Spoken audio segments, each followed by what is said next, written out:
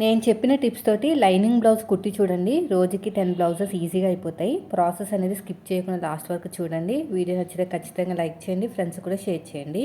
ఈ blouse stitching ఇప్పుడు చూపిస్తాను. ఇది ప్లెయిన్ క్లాత్ కదా, మళ్ళీ మనం పైపింగ్ మీద కుట్టి వేసామనుకోండి పక్కనే కనిపిస్తుంది, హెమ్మింగ్ చేయిస్తాను.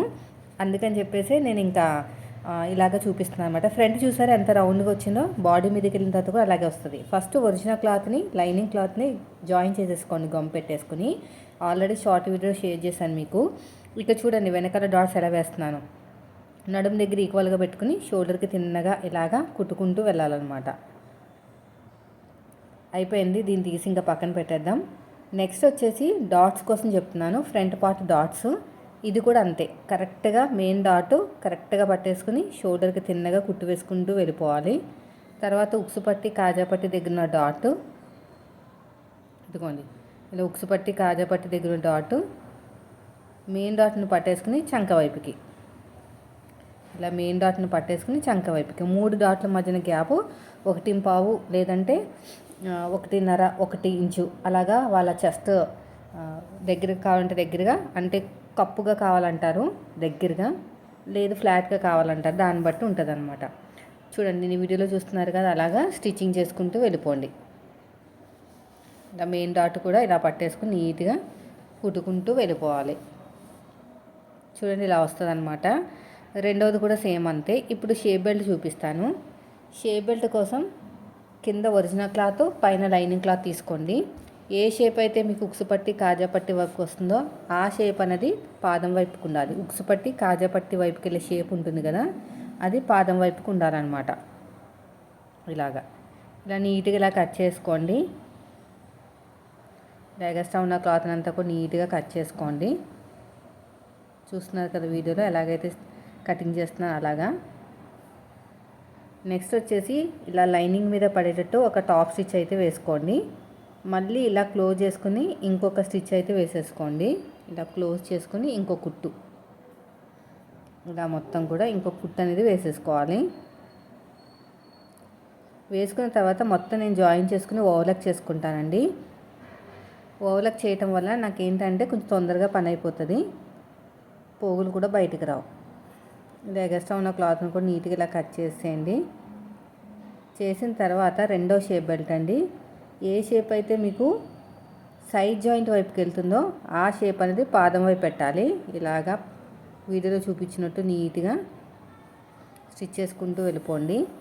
ఇలా ఓపెన్ చేసేసుకుని ఒక టాప్ స్టిచ్ వేసేసుకోండి. ఇలా మొత్తం కూడా ఒక టాప్ స్టిచ్ అనేది వేసేసుకుని మళ్ళీ ఇలా క్లోజ్ చేసేసుకుని ఇంకో కుట్టు వేసేసుకోండి. ఇదంతా కూడా జాయిన్ చేసేసేయండి. ఇటు సైడ్ కూడా అంతే. ఎగస్ట్రా ఉన్న క్లాత్ని నీట్గా కట్ చేసేయండి. అయిపోయిందండి. తర్వాత వచ్చేసి ఏ షేప్ ఎటు వస్తుందో చూసుకుని జాయిన్ చేసేసుకుని నేను ఓవర్లాక్ చేసుకుని ఒక టాప్ స్టిచ్ వేసేసుకుంటాను. మెయిన్ డాట్ పాదం వైపుకి ఫోల్డ్ చేసేసేయండి ఇలాగా. రెండోది కూడా అంతే, అలాగే స్టిచ్ వేసేసేయండి పైన పెట్టేసుకుని. ఇలా లోపలికి ఇలా ఫోల్డ్ చేసుకుని నీట్గా కుట్టుకుంటూ వెళ్ళిపోవాలి. నేను ఓవర్లాక్ చేసిన తర్వాత ఒక టాప్ స్టిచ్ కూడా వేసాను, ఇలా వస్తుంది అనమాట. ఇప్పుడు ఎడమ చేతి వైపు కాజా పట్టి, కుడి చేతి వైపు ఉక్సు పట్టి అండి. దీనికోసం 3 ఇంచుల వెడల్పుతోటి లైనింగ్ క్లాత్ ఒరిజినల్ క్లాత్ 2 తీసుకున్నాను. కింద పెట్టేసుకుని స్టార్టింగ్లో చిన్న ఫోల్డింగ్ చేసుకోవాలి. ఇదంతా కూడా డబుల్ ఫోల్డింగ్ చేసేసుకుని రఫ్ ఇచ్చేసుకుని నీట్గా కుట్టుకుంటూ వెళ్ళిపోండి ఇలాగా. మళ్ళీ ఇటువైపు తిప్పేసేయండి, మళ్ళీ ఇంకొక స్టిచ్ అనేది వేసేసేయండి అంతే. ఎగస్ట్రా ఉన్న క్లాత్ని కట్ చేసేసుకోండి.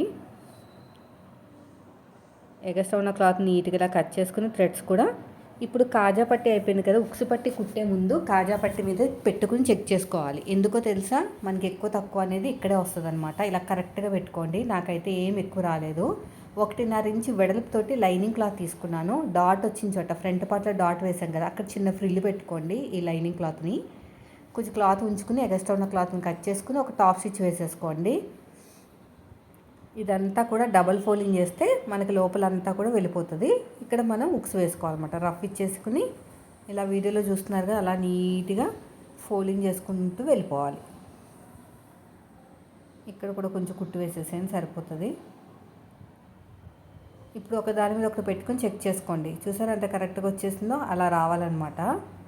నెక్స్ట్ వచ్చేసి ఈ బ్యాక్ పార్ట్ ఫోల్డింగ్ చేసిన తర్వాత దీనిపైన ఫ్రంట్ పార్ట్ పెట్టుకుని కింద ఖర్చులకి ఎంత కావాలో అంత ఉంచుకుని ఏమైనా ఎక్కువ ఉంటే కట్ చేసేయండి. ఎక్కువ ఎందుకు వచ్చిందంటే వెనకాల డాట్లు వేసాం కదా, కిందకి నడుము దగ్గర దిగుతుంది అనమాట.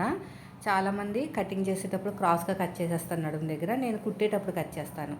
ఇప్పుడు కూర ఉన్న క్లాత్ని తీసేసుకుని ఎగస్ట్రా ఉన్న క్లాత్ అంతా కూడా నీట్గా ఇలా కట్ చేసేసుకోండి. ఇలా మొత్తం కూడా ఇలాగా ఇలా నీట్గా కట్ చేసుకోవాలి. ఇప్పుడు ఒక టాప్ స్టిచ్ వేసేసుకుందాం. ఇలాగా పెట్టేసుకుని డాట్ వచ్చిన చోట చిన్న ఫ్రిల్లు పెట్టేసుకోవాలి.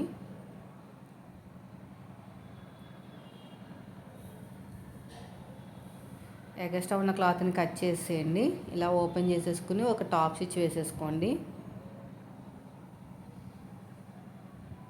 ఎగస్ట్రా ఉన్న క్లాత్ని కట్ చేసేయండి.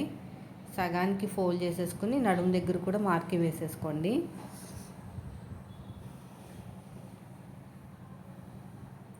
ఇక్కడ కూడా అంతే, ఇలాగా ఇటు సైడ్ కూడా అంతే.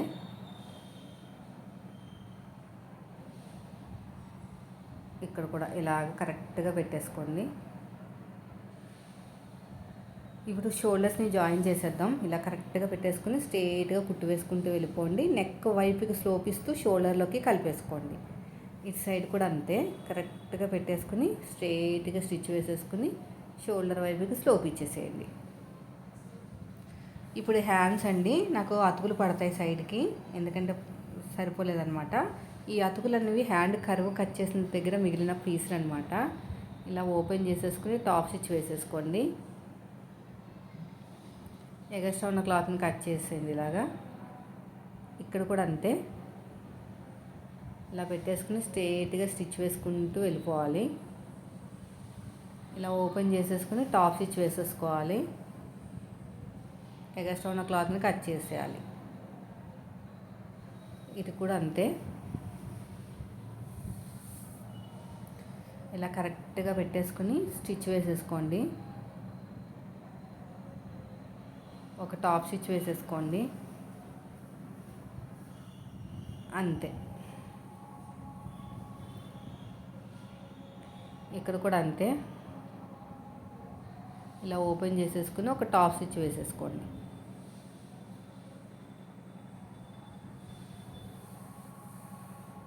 ఇప్పుడు ఒరిజినల్ క్లాత్ మీద లైనింగ్ క్లాత్ పెట్టేయండి, ఉల్టా సీదా చెక్ చేసుకుని. నేను ఇంకేం పైపింగ్లు అవి ఏం వేయట్లేదండి, తిప్పేసుకుంటే సరిపోతుంది. ఇలా కుట్టు వేసుకుంటూ వెళ్ళిపోవటమే.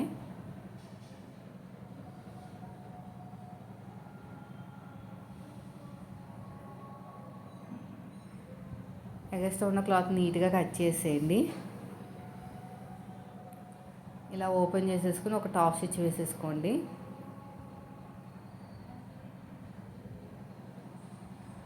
మళ్ళీ క్లోజ్ చేసుకుని ఇంకో కుట్టు వేసేసేయండి.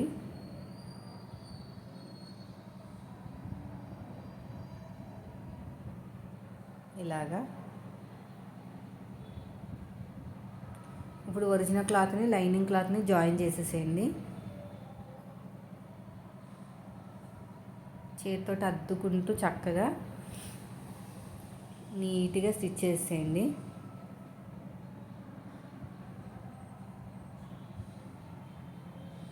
ఎగస్ట్రా ఉన్న క్లాత్ని కట్ చేసేయండి.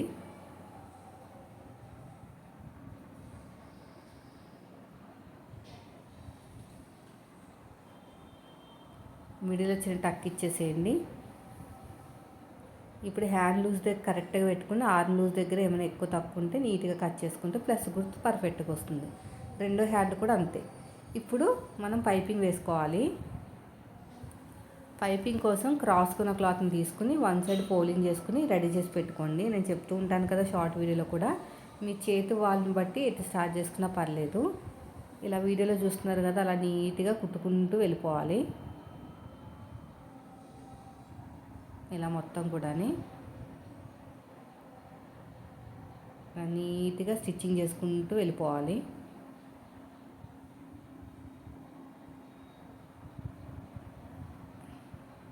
ఇలా స్ట్రేట్గా పాదం నుంచి డిఫరెన్స్ తోటి కరెక్ట్గా వచ్చేసింది. నేను తీసుకున్న క్లాత్ ఎండింగ్లో కూడా చిన్న ఫోల్డింగ్ చేసుకుని రౌండ్ తిరిగే చోట చిన్న చిన్న టక్స్ ఇచ్చేసేయండి. ఇక్కడ కూడా అంతే. 12వ నెంబర్ థ్రెడ్ తీసుకోండి. ఇలా పెట్టేసుకుని ఇలా ఫోల్డ్ చేసేసేయండి. రఫ్ ఇచ్చేసేయండి. నీట్గా ఎక్కడా కూడా లూజ్ రాకుండా టైట్గా పట్టుకుని స్టిచ్ వేసేసుకోండి.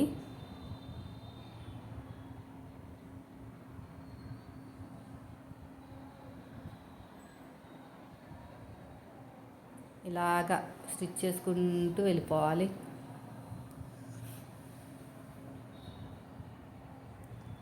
ఇలాగ థ్రెడ్ పక్కనే కుట్టుకుంటూ వెళ్ళిపోవాలి.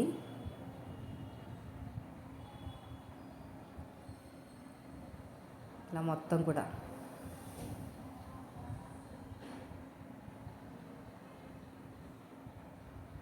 ఇలాగా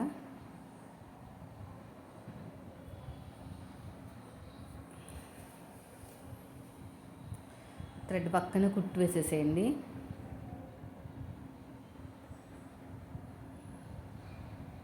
ఇలా నీట్గా స్టిచ్చింగ్ చేసుకుంటూ వెళ్ళిపోండి. రెండో వైపు నేను హెమ్మింగ్ చేయిస్తాను. కుట్టు వేస్తే క్లియర్గా కనిపించేస్తుంది, ప్లెయిన్ క్లాత్ కదా అందుకుని. ఫ్లోరల్ ప్రింట్ అయితే ఓకే. ఇక్కడ లోపలికి అంతా కూడా నీట్గా ఇలా ఫోల్డింగ్ చేసుకుని రఫ్ ఇచ్చేసేయండి. ఇప్పుడు నెక్స్ట్ వచ్చేసి హ్యాండ్ని అటాచ్ చేసేద్దాం. ఫ్రంట్ది ఫ్రంట్కి రావాలి, బ్యాక్ది బ్యాక్ రావాలి. ఇలా పట్టేసుకోండి, రఫ్ ఇచ్చేసేయండి. ఇలా నీట్గా కుట్టుకుంటూ వెళ్ళిపోండి. మళ్ళీ ఇలా ఉల్టా తిప్పేసుకుని ఇంకొక స్టిచ్ వేసేసేయండి. ఇలాగా మళ్ళీ ఫస్ట్ నుంచి లాస్ట్ వరకు ఇంకొక స్టిచ్.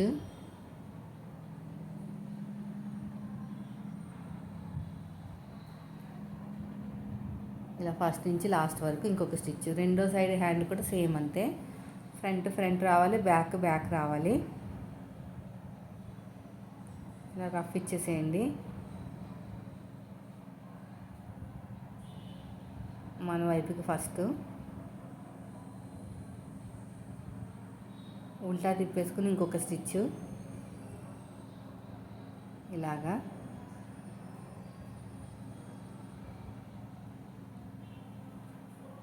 ఇలా నీట్గా కుట్టుకుంటూ వెళ్ళిపోండి. మళ్ళీ ఫస్ట్ నుంచి లాస్ట్ వరకు ఇంకొక స్టిచ్. ఇలా నీట్గా ఎగస్ట్రా ఉన్న క్లాత్ని కూడా కట్ చేసుకోండి. అన్ని వైపులా కూడా ఎక్కువ ఉంటాయి, నేను ఎక్కువ ఖర్చు పెట్టాను అందుకని మిగిలింది. ఇప్పుడు బ్యాక్ పార్ట్ నుంచి మాత్రమే సైడ్ జాయిన్ చేయాలి. ఇంకొక స్టిచ్ వేస్తున్నాను చూడండి, ఒకటే కుట్టుతో ఆగకూడదు. రెండో స్టిచ్ కూడా వేసేసేయండి. తర్వాత వచ్చేసి హ్యాండ్ లూజ్, ఆర్మ్ లూజ్, నడుము లూజ్ ఈ మూడింటిని కలుపుకుంటూ వెళ్ళిపోండి. ఫస్ట్ వచ్చేసి హ్యాండ్ లూజు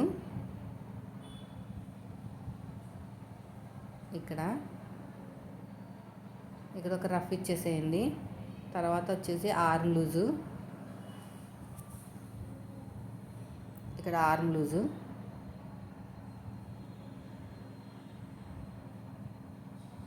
ఇక స్ట్రేట్గా స్టిచ్ చేసుకుంటూ వెళ్ళిపోండి. ఇక్కడ నడుము దగ్గర కూడా అంతే.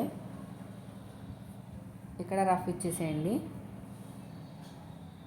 మళ్ళీ ఇలా ఉల్టా తిప్పేసుకుని ఇంకొక స్టిచ్ వేసేసేయండి.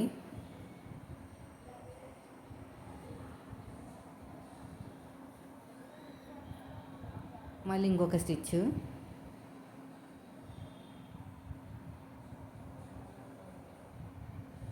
సైడ్కి ఇంకొక కుట్టు వేసేసేయండి.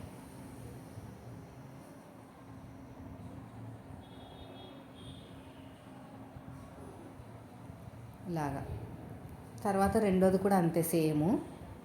నేను చెప్పినట్టు కుట్టి చూడండి, ఫటాఫట్ అయిపోతాయండి 10 బ్లౌజుల వరకు. మీరు పొద్దున ఇంట్లో పని అంతా అయిపోగానే 9 o'clock కూర్చోండి, ఈవినింగ్ 5 కల్లా మొత్తం బ్లౌజులు అయిపోతాయి. కటింగ్ చేసేసుకుని ముందు రోజే మీరు ఏం చేస్తారంటే గమ్ పెట్టేసి జాయిన్ చేసుకోండి అంతే. ఎక్స్ట్రా ఉన్న క్లాత్ని కూడా కట్ చేసుకుని పక్కన పెట్టేసుకోండి.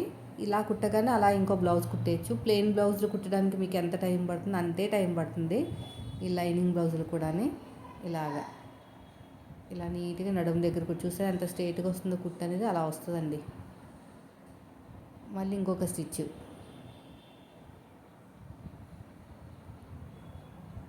ఇలాగా, తర్వాత ఇంకో కుట్టు ఈ సైడ్కి ఎగస్ ఉన్న క్లాత్ని కట్ చేసేది. ఇక్కడ కొంచెం నాకు కిందకి వచ్చింది, అది అక్కడ అంతా అడ్జస్ట్మెంట్ చేసేస్తున్నాను, చిన్న ఫోల్డింగ్ చేసేసి ఎగస్ ఉన్న క్లాత్ని కట్ చేసింది. అంతేనండి. వీడియో నచ్చితే మాత్రం ఖచ్చితంగా లైక్ చేయండి. Thank you for watching.